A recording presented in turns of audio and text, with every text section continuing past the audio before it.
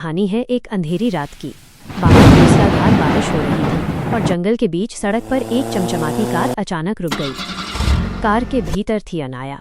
डर और बेचैनी ने उसे जकड़ रखा था। उसने हिम्मत करके शीशा नीचे किया। बाहर सिर्फ घनी धुंध थी, रुक रुक कर हो रही बिजली की चमक में। दूर कहीं एक पुराना रहस्यमय महल दिखाई दिया। अपनी नियति को मानते हुए अनाया ने इंजन बंद किया और भीगती हुई उसी महल की ओर बढ़ चली। उसने दरवाजे पर दस्तक दी और दरवाज़ा एक धीमी डरावनी चरमराहट के साथ खुला।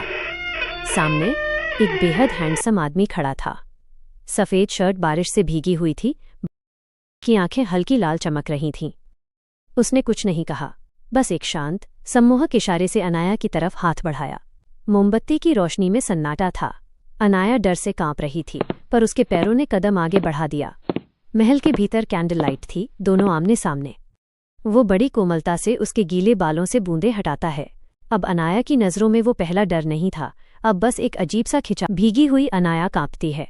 वह अजनबी उसे तौलिया देता है और उनके हाथ छूते हैं।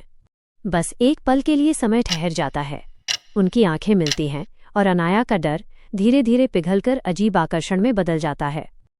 मोमबत्तियों की लौ हवा में यूं थिरकती है, जैसे वो भी उन दोनों के बीच पनप रहे किसी अनदेखे एहसास को महसूस कर रही हो।